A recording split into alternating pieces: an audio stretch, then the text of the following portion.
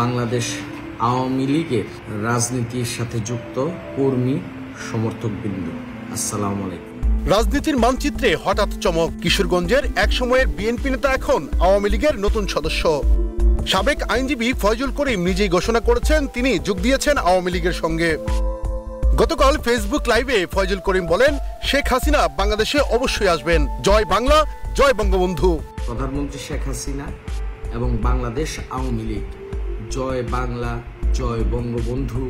আমি রাজনীতি করছি দেশের জন্য, দলের জন্য নয়। তিনি আরো জানান, রাজনীতির স্থিতিশীলতার জন্য এখন শেখ হাসিনার পাশে দাঁড়াচ্ছেন। ফয়জুল করিম কিশোরগঞ্জ জেলা বিএনপির সাবেক সদস্য এবং জাতীয়তাবাদী আইনজীবী ফোরামের সঙ্গে যুক্ত ছিলেন। তিনি কিশোরগঞ্জ সদর আসনের সাবেক সংসদ সদস্য ও তৎকালীন স্বাস্থ্য প্রতিমন্ত্রী ফজলুল করিমের ছেলে। লাইভে তিনি স্পষ্ট জানালেন, 5 আগস্টের পর মানুষের স্বপ্ন ও চেতনা রক্ষা করতে, স্বাধীনতা বিরোধী শক্তিকে প্রতিহত করতে আমি আওয়ামী লীগে যোগ দিয়েছি। আর মূল বিষয়টা হলো 5ই আগস্টের পর 1 বছর সময় দেশ কতটুকু ভিন্নভাবে চলেছে সেই 5ই আগস্টের পরের চেতনা নিয়ে। আর এই যে মত প্রকাশের স্বাধীনতা যারা আটকে দিতে চায়, তারাই রাজনৈতিক দলের স্বাধীনতাও, রাজনৈতিক দল চয়েস করার স্বাধীনতাটাও আটকে দিতে চাইবে, এটা স্বাভাবিক। শেখ হাসিনাই প্রকৃত দেশপ্রেমিক, বাংলাদেশের মানুষের একমাত্র আশ্রয়স্থল। ফয়জুল করিমের যোগদান কিশোরগঞ্জের রাজনৈতিক মহলে নতুন আলোড়ন সৃষ্টি করেছে। যদিও বিএনপির স্থানীয় নেতৃবৃন্দ জানিয়েছেন